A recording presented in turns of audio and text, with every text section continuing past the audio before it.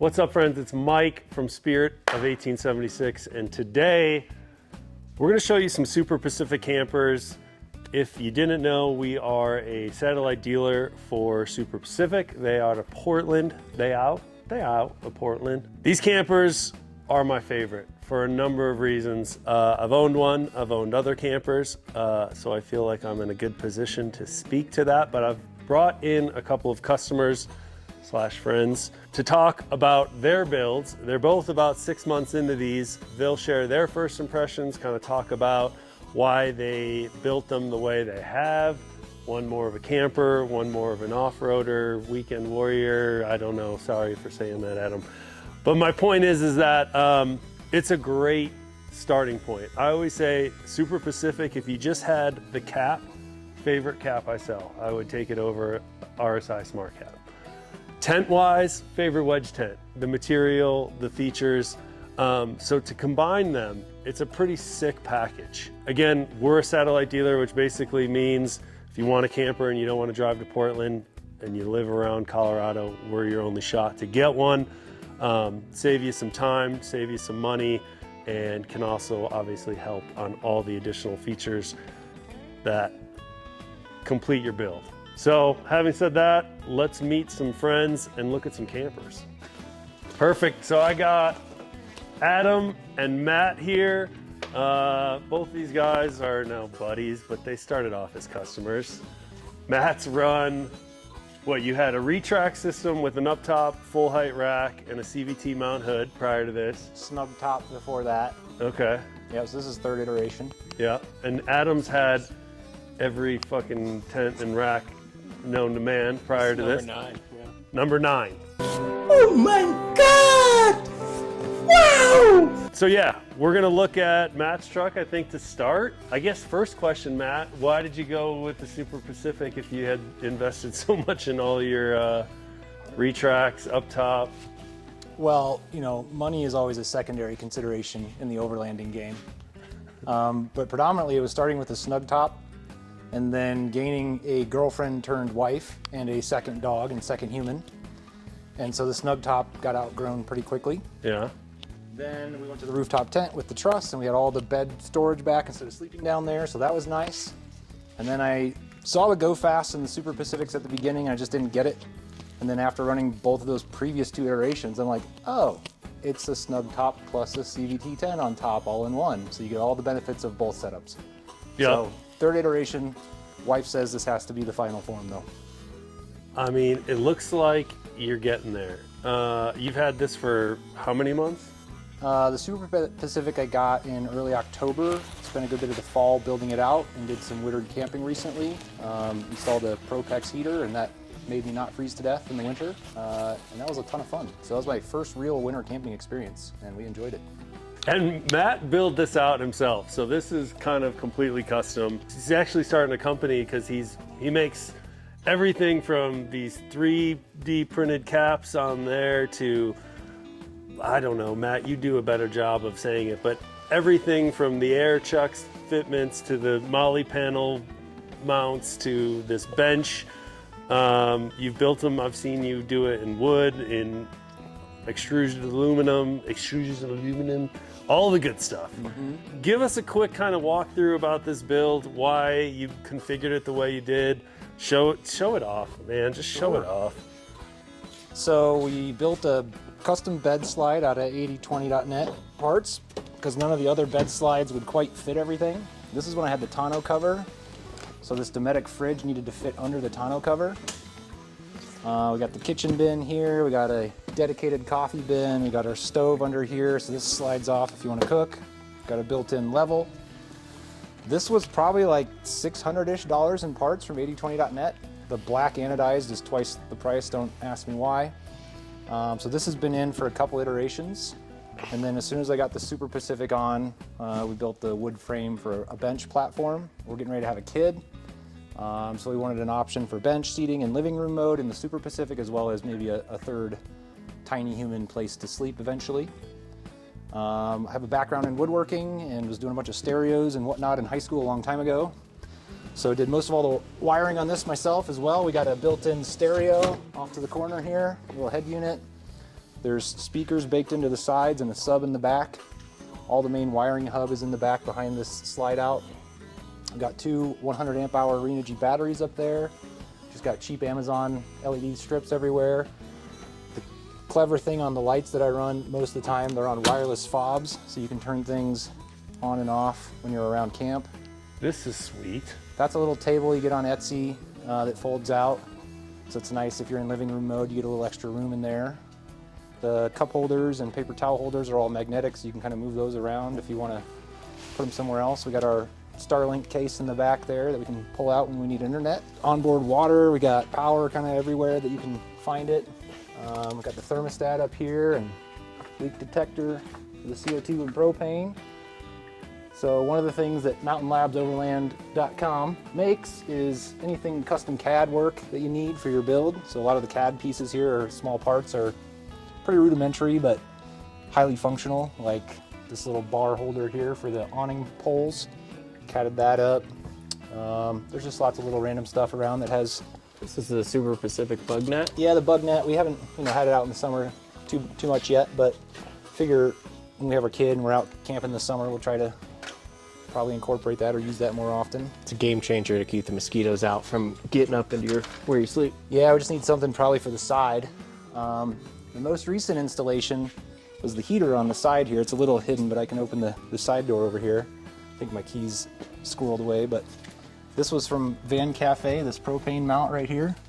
So this is pretty cool, a little bulkhead that they made so you can quick connect your propane. The heater's sitting right here behind this, and the vent port is down here for it. So we don't really plan to open this door very much when What does this do? Did you make this? Oh yeah, this is another Mountain Labs Overland special. This is a trash bag awning. So it's a Blue Ridge Overland trash bag. They make one of the smaller tire carrier trash bags that are out there. And so I just built this awning case enclosure for it. So if you're not in the Cool Kids Tire Carrier Trasharoo Club and you have FOMO, now you can have trash on the go. If we're in Moab or middle of nowhere, we'll take it and just kind of cinch it up with whatever trash is in it. But generally when we do weekend trips, we'll just take the trash out and throw it in the back on our way home, or find the nearest dumpster, etc.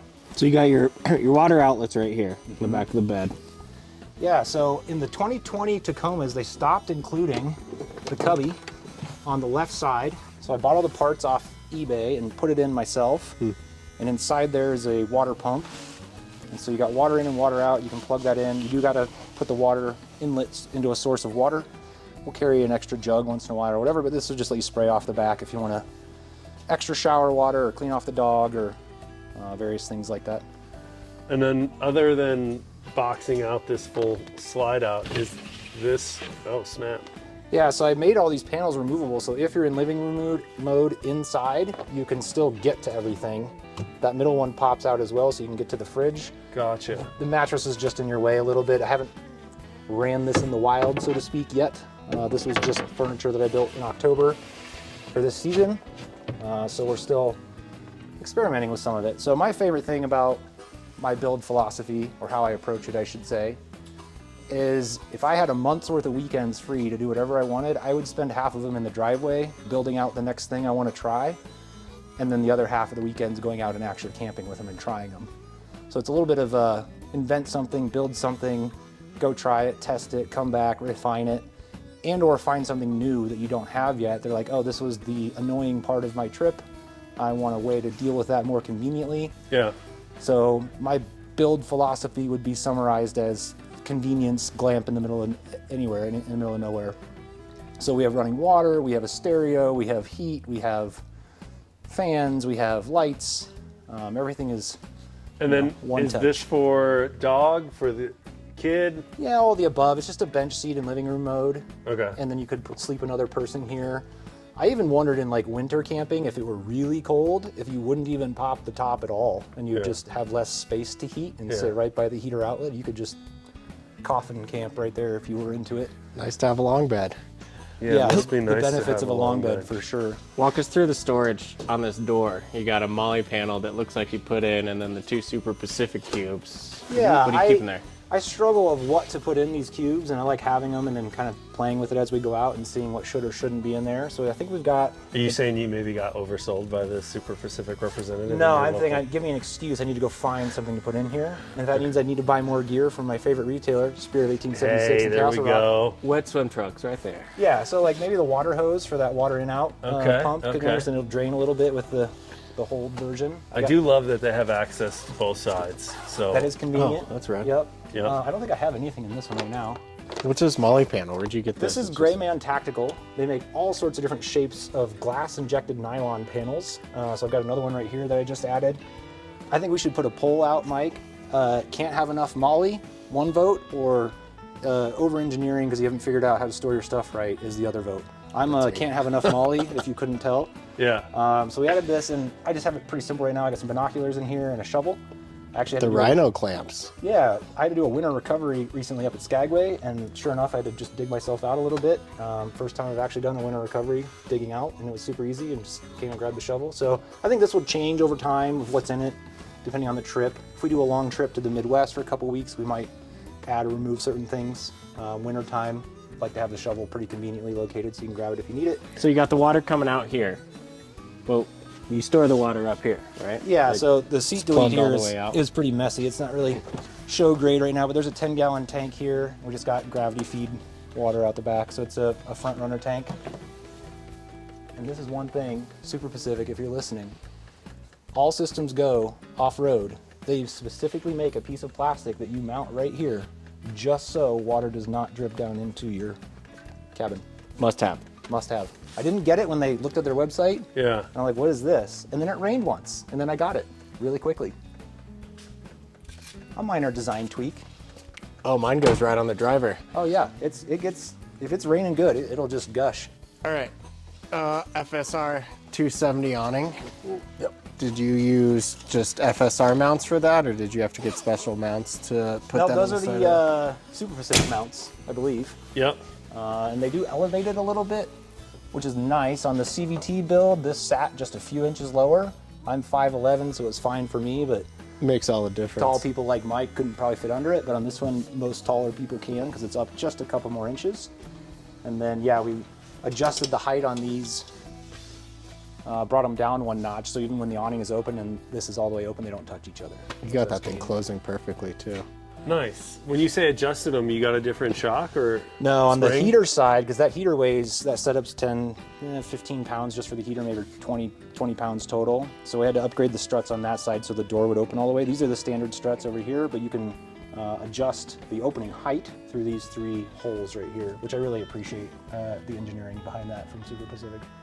Did you do anything different to the suspension when you threw the camper on? No, I already had the Dakar HD springs rated for 600-pound full-time from having the snug top in the previous iterations, so I didn't really have to mess with the suspension for this particular iteration. It was all there already.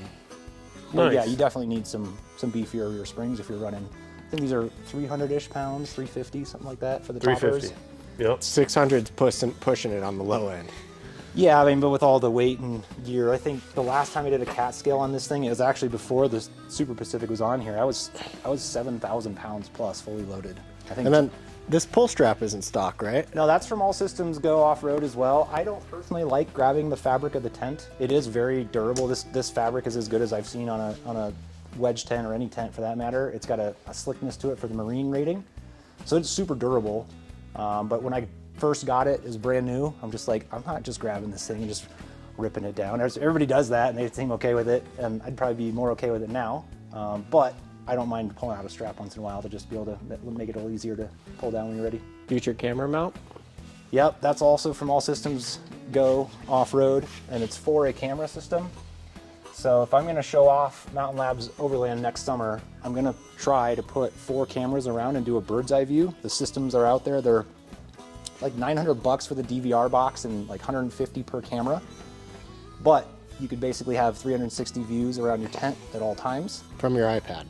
You could get the display on your head unit for an alternate video input channel. So I've got an Alpine head unit to go in. And then if you power it off the auxiliary system, it has wireless built in. You could in theory be on your iPad up in the tent and look at the cameras around you as well. So I want it for like 24/7 CCTV, recording, baby. security mode, all that. You could get nerdy and read license plates as you're driving down the interstate, whatever you want to do there. So my background is in software engineering and technology, so I'll probably go down that road next summer. Nice. Thanks for giving us the rundown. I think this is a great example of a DIYer that might do software engineering and what did you say, security on the Yeah, side? I don't know. Just interests, just more hobbies, you know, Yeah. stuff to do. No, you put a lot of your own touches on it, which is sweet. Which leads me to this next build, which is I'd say polar opposite. I'd say just looked on YouTube, you would imagine that your trucks may be different. They certainly are. Let's take a look. What's different about this one? What have you done here, Adam? What are we looking at? I really haven't done anything but use it. I mean, I got stickers. I've done most of the trails with this thing throughout Ouray. Been all over Colorado with this camper and have done nothing to it. No additional accessories right now, anything like that. And it's been great because that way you can kind of put things where you want to put them. But really, I just want to wheel with my wheeling buddies and camp with my camping buddies and sort of do a little bit of it all. You got a camera back here too? I do. That's the wolf box, pretty poorly routed, but yeah, I run the wolf box, so I got front and rear camera, records. It's been nice. I've been able to catch myself almost hitting deer. And then you just got tools, jack, recovery gear, spare tire, shovel. That's about it. Yeah, everything I need. One front runner chair. Usually I bring another chair for my dog, but yeah, tools, recovery gear, that's all I got right now. Obviously this gets packed out when a couple of us go camping. This looks really cool. Always keep the Spirit of 1876 magnetic cup holder back there. Rig caddy from Easy Supplies. Well, that's it. No, I love it. I love that it's just very, very simple. Obviously, one of the big advantages with Super Pacific is that you could push this platform over the cab and use the entire truck to stand up in if weather gets south, or if you've got stuff that you want to load and you use your truck like a truck. You've got huge access points here from both sides. These big doors with just one solid handle is really nice. Again, just talking about the cap in itself. Let's talk a little bit about your builds, bumpers, suspension. Since you're a big wheeling guy, can you tell us a little bit about that? That's Yeah. where you spend most of your time and money. Yeah, totally. And then I camp at the top. We got the Outgear Solutions tilted rear Tacoma bumper. They also do a straight cut one, and from what I understand, they're working on a tire swing out. I'm not personally a big tire swing out guy. I've had one back there. It doesn't ride great, and it doesn't have great clearance angle, so I tried to go out of my way to keep the tire off the back of my truck. I guess we should have covered that. That's a pretty nice spare mount you got there. Yeah, I got this mount at Spirit of 1876, custom made and designed. I didn't get to pick the color, but the orange works out really well. Now take a look at that. It's held rock solid. And you got 35s. That's a 35? Yep. Yeah, it's a 35 or 315 70 17. Close enough. 34.6. What's the sliders you guys have on your Nissan Frontiers? These are rebranded Race Relation wheels sliders from when they used to make them. They don't really make them anymore. I'm rocking the RCIs, and they hooked me up this summer because my truck sits outdoors, and so they were getting pretty worn, and they repowder coated them for a steal of a price. Appreciate their warranty service on that. They did a good job. Long travel, 14-inch Fox smoothies back there. I did upgrade my springs when I put the Super Pacific camper on because I was running 600-pound overstock and I need a little bit more. What I have is overkill, and we're working on repairing that, but basically, yeah, long travel in the rear, stock width up front, re-geared to 488s, locked front and rear. I have the ARB air locker up front. Got this fabulous in-house fab snorkel that's a real crowd pleaser.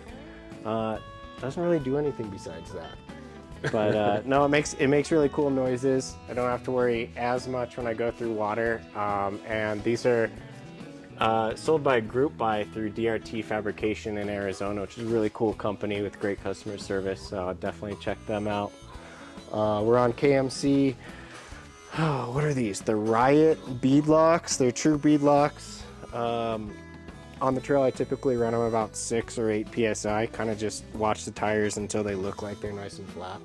And it's been good. You lose some, you lose some travel, but what you get in grip and comfort is, I don't want to go back.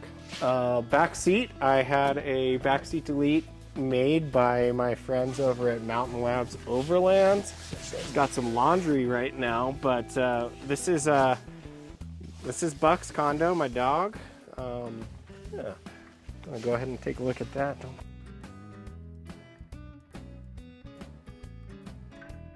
It's got some portholes over here, some junk. I do go everywhere with a wire hanger after locking keys in the car in the past. It's not a problem with these. But yeah, this is a little bit of Matt's work. I had it stained by my dad and carpeted it, but it's been fantastic for me. No real complaints about that. You can put an adult human on there and it doesn't creak, doesn't crack or anything like that. So Matt does fantastic work. I highly recommend talking to him, at least to get some inspiration for your build. Well, we're gonna build Adam another one, and I gotta redo mine as well to be able to hold a child seat because we're getting ready to have a kid. So we'll probably do the next round for both of ours out of 8020.net extruded aluminum. We didn't even talk about the coat hooks that you 3D printed. Yep, Miso's interior roof racks have the hex molly in them, so we made some plates for that so you can hang stuff off them a little more conveniently. You can see all that on mountainlabsoverland.com.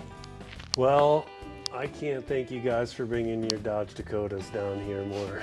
Again, this was really just to share, you know, what some people do to their Super Pacifics or why they switched over to this. I guess we didn't really answer that. I mean, I know your unique situation here as a Spirit ambassador, but what's your thoughts here? You've run 9 different solutions for camping, and like you said, you're more into the off-roading. It's just at the top you need something to be comfy. What's your thoughts? Pros and cons? Yeah, my truck's in constant evolution and always changing, and I think the thing that really made me, you know, I've been watching the other camper companies and always felt like that was an end-all goal for, you know, what's ideal for a mid-sized truck like a Tacoma for the way we use it. But honestly, what sold me on the Super Pacific was when I met the guys that work there. Sasha and Peter, just great guys, and you can tell they really care, they're enthusiastic. And when I first got this Super Pacific on here, everywhere I looked, just for weeks on end, I would just find things that just made me go kind of, like they really sat in a room, talked about this, brought in the right minds to come up with it, and then executed and managed to make it all by hand and locally. And really my biggest thing that I wanted to prove while having the Super Pacific on here is that they can go fast. And you know, I've run it hard down dirt, rocky roads. I've wheeled it through several difficult trails in Moab, you know, and pretty much tested the limits of my truck with the Super Pacific, and it really hasn't held me back.